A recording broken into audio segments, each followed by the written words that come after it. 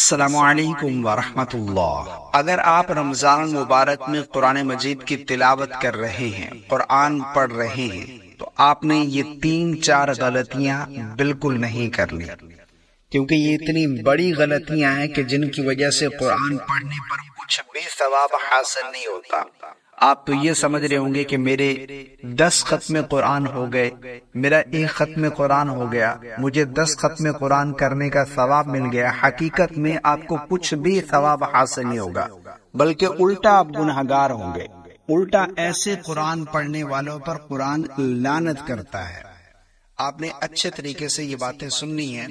قرآن مجید کی تلاوت کثرت کے ساتھ ہو رہی ہے، کیونکہ رمضان ایک ایسا ماہ مبارک ہے جس میں کثرت کے ساتھ مسلمان قرآن مجید کی تلاوت کرتے ہیں۔ وہ کون سی غلطیاں ہیں؟ اس سے قبل میں ایک حدیث پاک قرآن مجید کی تلاوت کرنے کی فضیلت کے حوالے سے آپ کو سنانا چاہتا ہوں۔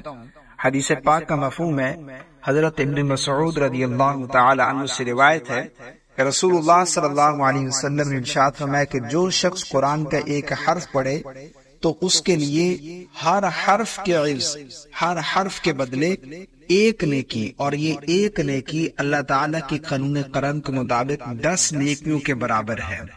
یعنی اگر کوئی ایک حرف پڑھتا ہے تو اسے 10 نیکیاں ملتی ہیں۔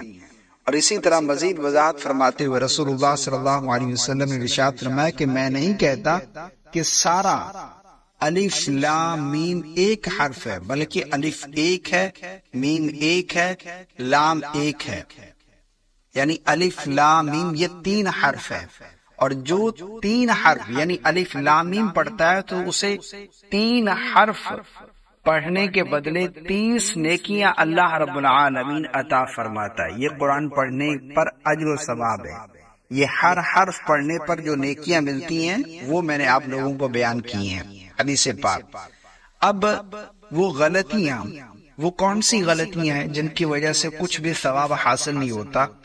لیکن بعض لوگ قرآن مجید کی جب تلاوت کرتے ہیں تو اتنی سپیڈ کے ساتھ کرتے ہیں، اتنی ان کی سپیڈ ہوتی ہے، اتنی تیز قرآن مجید کی تلاوت کرتے ہیں نا، جس کی وجہ سے قرآن کے جو حروف ہیں وہی مکمل ادا نہیں ہو رہے ہوتے۔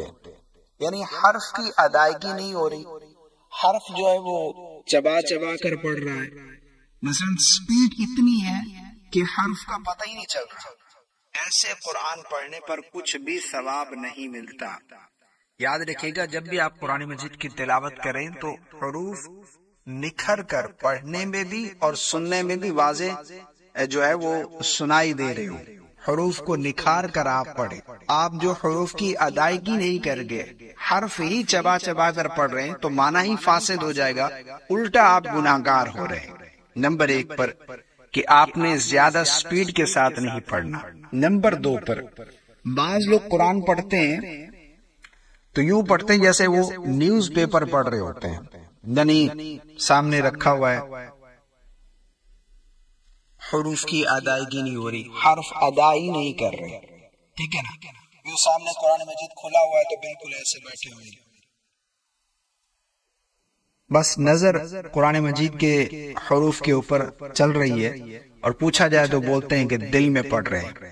یاد رکھیے گا، یہ پڑھنا نہیں ہے۔ میں نے جو حدیث سنائی ہے نا، اس میں پڑھنے پر نیکیاں ہیں، دل میں سوچنے پر نیکیاں نہیں ہیں۔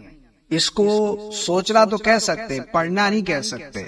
پڑھنا جب ہوگا جب آپ حروف کی ادائیگی کے ساتھ پڑھیں گے، یعنی حرف ادا ہو۔